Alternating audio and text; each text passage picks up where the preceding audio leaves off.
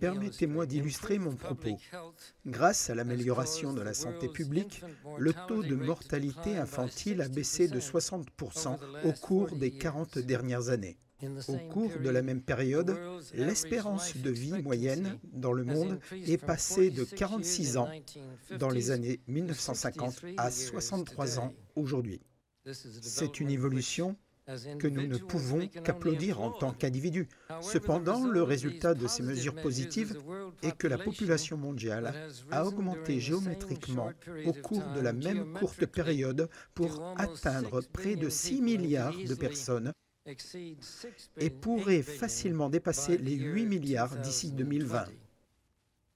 L'impact négatif de la croissance démographique sur l'ensemble de nos écosystèmes planétaires devient effroyablement évident. L'exploitation croissante et rapide des réserves mondiales d'énergie et d'eau est très préoccupante.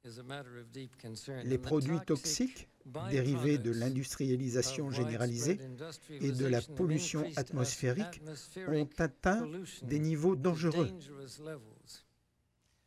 À moins que les nations n'acceptent de travailler ensemble pour relever ces défis transfrontaliers posés par la croissance démographique, la surconsommation des ressources et la dégradation de l'environnement, les perspectives d'une vie décente sur notre planète seront menacées. La récente réunion des Nations Unies au Caire s'est concentrée à juste titre sur l'une de ces questions clés, la croissance démographique. Mais les controverses qui ont éclaté lors de la conférence illustrent bien le problème que pose le fait de s'attaquer à des questions qui divisent profondément et qui ont une profonde dimension morale.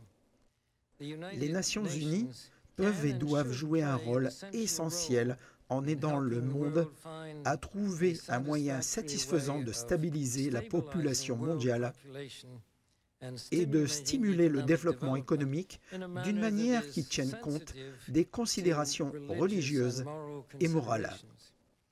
La croissance économique est bien sûr un corollaire inévitable de l'augmentation de la population et elle est essentielle à l'amélioration du niveau de vie.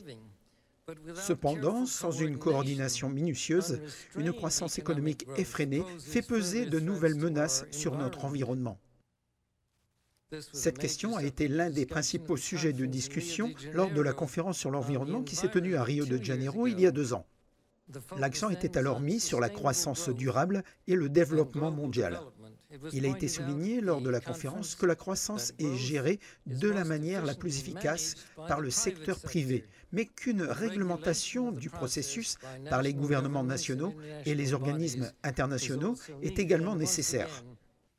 Une fois de plus, les Nations Unies peuvent certainement être parmi les catalyseurs et les coordinateurs de ce processus. Merci de rappeler que l'info n'est pas sur les réseaux sociaux.